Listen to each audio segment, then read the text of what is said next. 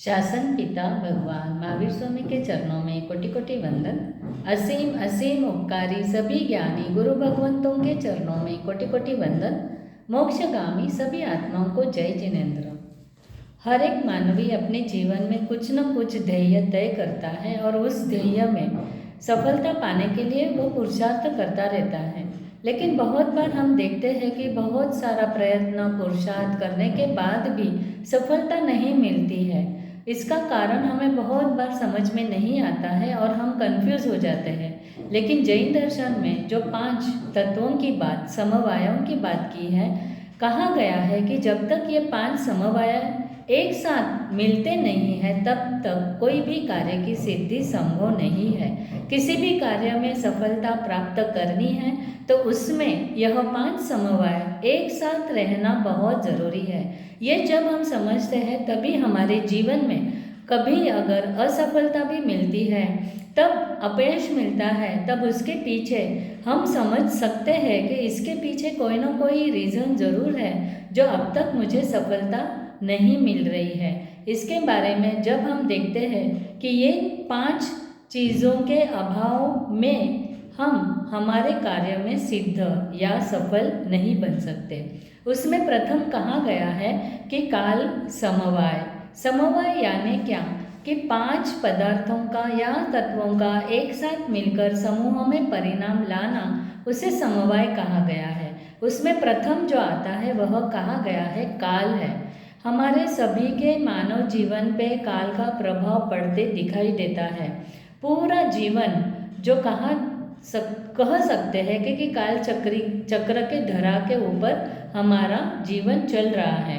हर एक हमारे जीवन में बनने वाली क्रिया काल के प्रभाव से प्रभावित है।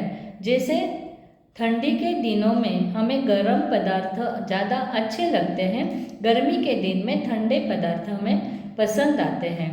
और हम देखते हैं कि जैसे प्रकृति में भी गर्मी के बाद वर्षा ऋतु, वर्षा ऋतु के बाद ठंडी, ये प्रकृति का नियम यानी परिवर्तन, काल का प्रभाव हमारे जीवन पे भी पड़ता रहता है। और इसी कारण जैसे जैन दर्शन में कहा गया है, उत्पत्ति काल और अवसर्पिणी काल अपना अपना प्रभाव बताते ही हैं। मानवों के जो विचार होते हैं वो भी काल के प्रभाव से प्रभावित दिखाई देते हैं। और यहाँ पे बताया गया है कि किसी भी हेतु में अगर हमारी सफलता हमें मिलनी है तो वहाँ पे काल लब्धि की परिपक्वता होनी बहुत ज़रूरी है। बहुत बार हमने सोचा ही नहीं होता और हमारे जीवन में कुछ न कुछ ऐसी घटना बन जाती है जो हमारे जीवन में सुख और आनंद देती है। तो ये तब यही बात होती है, वो काल परिपक्व हो जाता है और हमने इच्छा भी नहीं की थी लेकिन हमारे जीवन में ये घटना घट गई। तो ये काल की जो प्रमुखता बताई गई है, तो यहाँ पे कहा जाता है कि जब तक काल का अर्थ यहाँ पे काल की परिपक्वता लेना है, यानी जब तक हमारी परिपक्व नहीं होता है समय, तब तक उसके पहले हमें सिद्धि प्राप्त होना असंभव कहा गया है। तब तक हम पुरुषार्थ भी चालू रखते हैं शायद, लेकिन उसमें सफलता अगर काल की परिपक्वता नहीं होती तब तक हमें उसमें सफलता नहीं मिलती। मास्कमन करना 5 साल पहले डिसाइड किया था लेकिन उसमें सक्सेस अभी तक नहीं मिला। हो सकता है उसके पीछे की काल की परिपक्वता यानी अभी समय वहाँ पे परिपक्व नहीं हुआ है, मैच्योर नहीं हुआ है, इसीलिए उसमें हमें सफलता नहीं मिलती है। दूसरा समवाय जो कहा गया है वह है स्वभाव। हमारे ही हर एक पदार्थ में अपना अपना स्वभाव बताया गया है। जैसे कहा जाता है कि बर्फ का स्वभाव ठंडक देना होता है, अग्नि का स्वभाव उष्णता देना होता है, वैसे ही अपना अपना हर एक का स्वभाव होता है। और जैसे ही आम अगर हम गुठली बोते हैं तो उसमें आम ही हमें मिलने वाला है, और वैसे ही कहा जाता है कि गेहूं के बीज बोने के बाद हमें गेहूं ही मिलेंगे, बाजरा वहाँ पे नहीं मिलता है। धरती पर ये जो चीज़ें कही गई है कि आकाश, पानी, वायु और जो मिट्टी ये तत्व है वो सभी जगह सेम होते हैं, फिर भी गन्ना में मिठास होती है, करेला में कड़वाश होती है, नींबू में खटाश होती है, मिर्ची में तिखाश दिखाई देती है। यानी हर एक पदार्थ अपने अपने स्वभाव का ही परिणाम उसे मिलता है। और यहाँ पे बताया गया है कि जिसका जैसे स्वभाव, यानी अगर कषाय राग द्वेष युक्त स्वभाव है तो उसके किसी भी कार्य का परिणाम भी उसके अनुसार ही उसे मिलता है। जैसे कहा जाता है आत्मा का निज स्वभाव है समता, और यही समता अगर हम नहीं रखते और हर एक जो भी हमारे जीवन में परिस्थिति, वस्तु, स्थिति, व्यक्ति है उसके बारे में हमारे मन में अगर प्रतिकूलता है या जो हम कहते हैं तिखाश है, तो उसके स्वभाव के अनुसार ही हमारे परिणाम हमें मिलने वाले हैं। अगर हम हमारी अक्कड़ता नहीं छोड़ते हैं या हमारी जो अहम है, मान है, उसे नहीं छोड़ते हैं, तो हमारे स्वभाव के कारण भी हम कितना भी पुरुषार्थ करें, काल भी कितना अच्छा हो, फिर भी परिणाम उसके अनुसार ही हमें मिलते हैं। और यहाँ पे बताया गया है कि जो भी परिणाम मिलते हैं वह कर्म के स्वभाव, यानी जो हमने हमारे स्वभाव के अनुसार हमें हमारे जीवन में पुण्य किया है या पाप किया है उसके अनुसार ही परिणाम मिलते हैं। हम ऑटो में से निकलने के बाद घर पे पहुँचे, ऑटो से उतरे और उतरने के बाद हमें याद आया कि हमारा पर्स हम ऑटो में भूल गए हैं। यहाँ पर पाप का उदय था, इसीलिए पर्स हम वहाँ पे ही भूल गए। लेकिन ऑटो वाला जैसे ही आगे गया उसने देखा कि हमारा पर्स हम भूल गए हैं और वह जहाँ पे हमें उतारा था वहाँ पे वापस आता है और हमें हमारा पर्स मिल जाता है। तो पाप के उदय से पर्स गुम भी हो गया था, लेकिन वहाँ पे पुण्य ने साथ दिया तो वापस वो मिल भी गया। तो जो भी हम कर्म करते हैं वो कर्म के स्वभाव पर हमारे कार्य के परिणाम डिपेंडेंट होते हैं।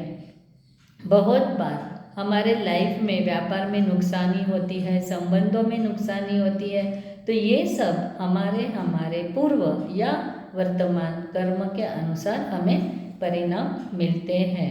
अब यहाँ पे हमें सोचना है कि जो भी मिलता है उसके पीछे मेरा जो स्वभाव है वो कितना अनुकूल है। जितना स्वभाव अनुकूल रहेगा उतना ही परिणाम भी अनुकूल मिलेंगे। तीसरी बात जो कही है, तीसरा समवाय है, वह है नियति।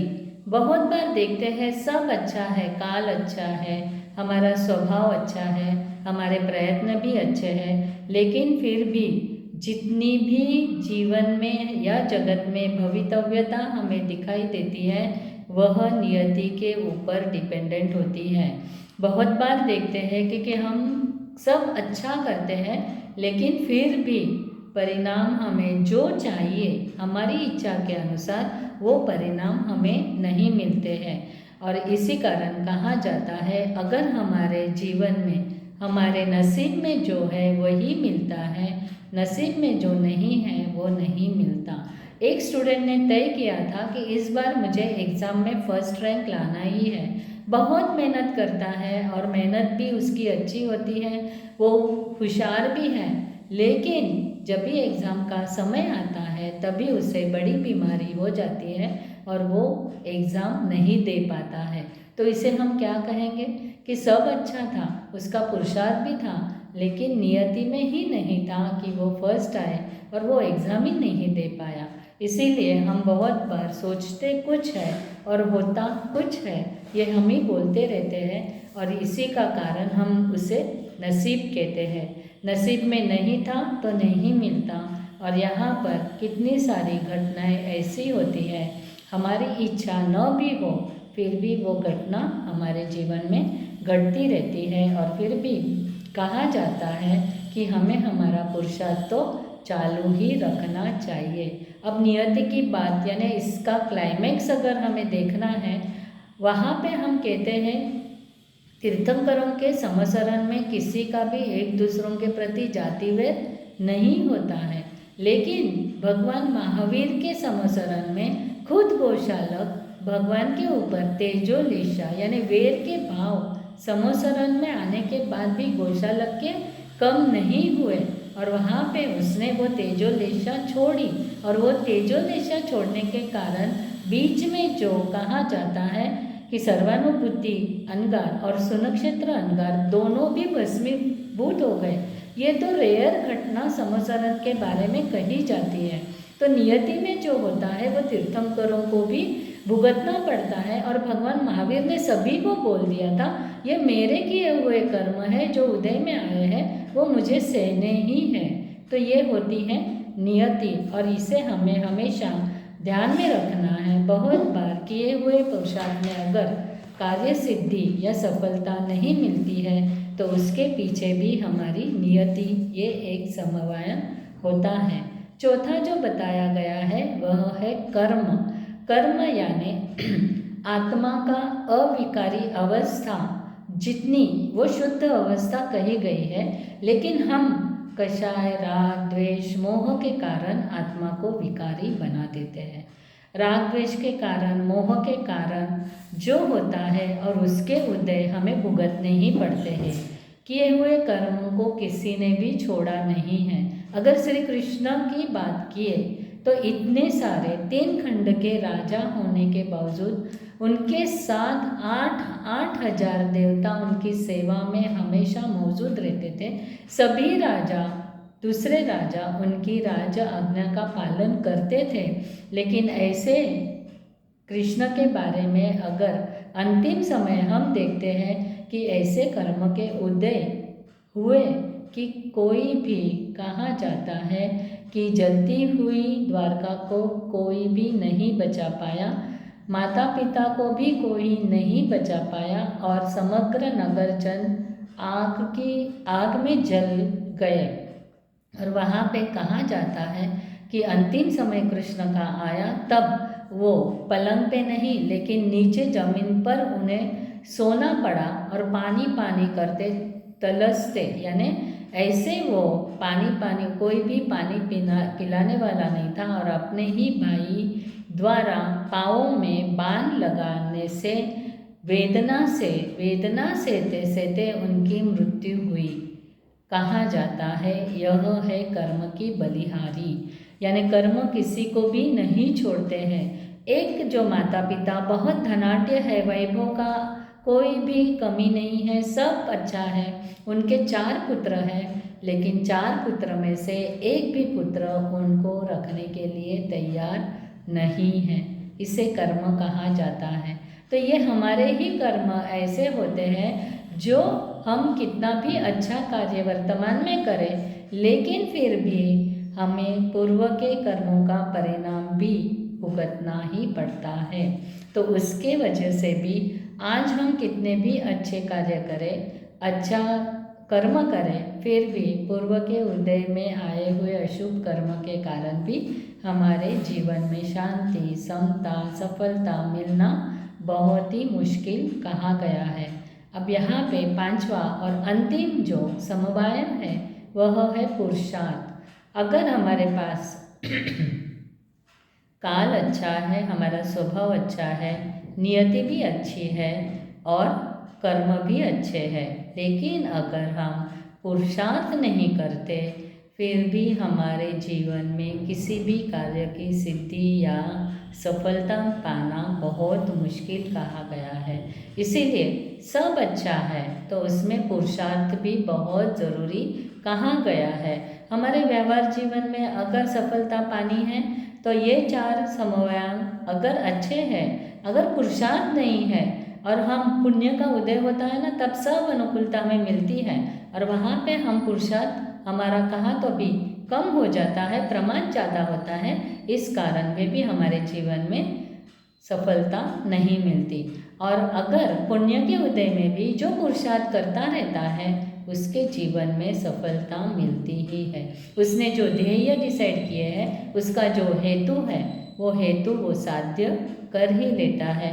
कहा जाता है कि अगर कोई विद्यार्थी की मेहनत हो तो वो पास हो ही जाता है, व्यापारी अगर बुद्धि का बल हो तो वह उसे लाभ हो ही जाता है, और सिद्धि की तमन्ना है भटकने वाले साधक साधना में सही अर्थ का पुरुषार्थ हो तो पार हम हो ही सकते हैं। अगर मुक्ति की ओर आगे बढ़ना है तो हमारे जीवन में, एक साधक के जीवन में भी साधना का पुरुषार्थ होना बहुत ज़रूरी है। तो ये 5 समवायों एक बार हम वापस देखेंगे। पहला है काल, दूसरा है स्वभाव, तीसरा है नियति, चौथा है कर्म और 5वां है पुरुषार्थ। ये 5 समवाय जब एक साथ मिलते हैं तभी कोई घटना घटती है, सभी के जीवन में या हमारे आजू बाजू प्रकृति में भी ये समवाय दिखाई देते हैं। और इसीलिए कहा जाता है कि ये जो हमें मानव जीवन मिला है, इस मानव जीवन को समझना है और ये 5 समवायों को समझना है। तो ये समझने के बाद हमारे जीवन में जो चढ़ उतार आते हैं उसका कारण हमें पता चलता है और वहाँ पे हम अशुभ वापस राग द्वेष न करके समभाव रख के समता से जो भी कर्म के उदय आते हैं उसको हम अगर भुगत लेते हैं और पुण्य के उदय में अगर सत्कार्य और करते हैं तो वहाँ पे वापस शुभ कर्म का बंद होकर हम जल्दी से जल्दी मोक्ष के ओर आगे बढ़ सकते हैं। इसी के साथ सभी जल्दी से जल्दी इस जो बातें भगवान ने हमें बताई है वो हमारे जीवन में उसका ध्यान रखे, यही कामना के साथ आज के सेशन में जिनाज्ञा के विरुद्ध कुछ भी कहा गया हो तो उसके लिए तस्मिच्छामि दुक्कडम। जय जिनेन्द्र।